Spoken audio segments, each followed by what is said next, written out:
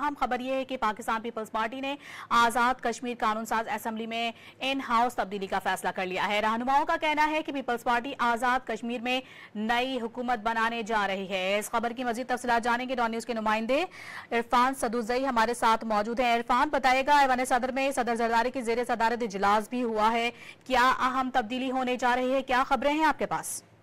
जी, आज का दिन इंतहाई अहम था आजाद कश्मीर में हुकूमत की तब्दीली के हवाले से। और आज पीपल्स पार्टी के 2 इजलास हुए और ये दूसरा अहम इजलास ऐवान सदर में हुआ, जिसमें बाकायदा तौर पे जो वजीर आजम चौधरी अनवारुल हक है उन्हें हटाने का जो फैसला है पीपल्स पार्टी का, सदर आसिफ अली जरदारी ने उसकी तौसीक कर दी है। और आइंदा 2 से 3 दिन के अंदर तहरीक अदम एतमाद लाई जाएगी। और पीपल्स पार्टी ने ये कहा है कि अगर वजीर आजम इस्तीफा नहीं देते तो पीपल्स पार्टी यकीनी तौर पे अदम एतमाद की तहरीक लाएगी। और इस बात का बाकायदा जो ऐलान है वो बिलावल भुट्टो जरदारी करेंगे। और इसके साथ साथ जो आज इजलास हुए हैं उसमें जो नंबर गेम है उसका भी जायजा लिया गया। और 27 अरकान चाहिए अदम एतमाद के लिए और पीपल्स पार्टी ने कहा है कि उनके पास 30 से ज्यादा अरकान ने यकीन दहानी करवाई है और अदम एतमाद में उन्हें किसी भी किस्म की मुश्किल पेश नहीं आएगी। जी, पार्टी क़यादत नए वज़ीर आज़म से मुतालिक फैसला करेगी। आज़ाद कश्मीर में वज़ीर आज़म की तब्दीली से मुतालिक ऐवान सदर में इस हवाले से इजलास भी हुआ है। मज़ीद तफसीलात बता रहे थे इरफान सदुजई, बहुत शुक्रिया आपका।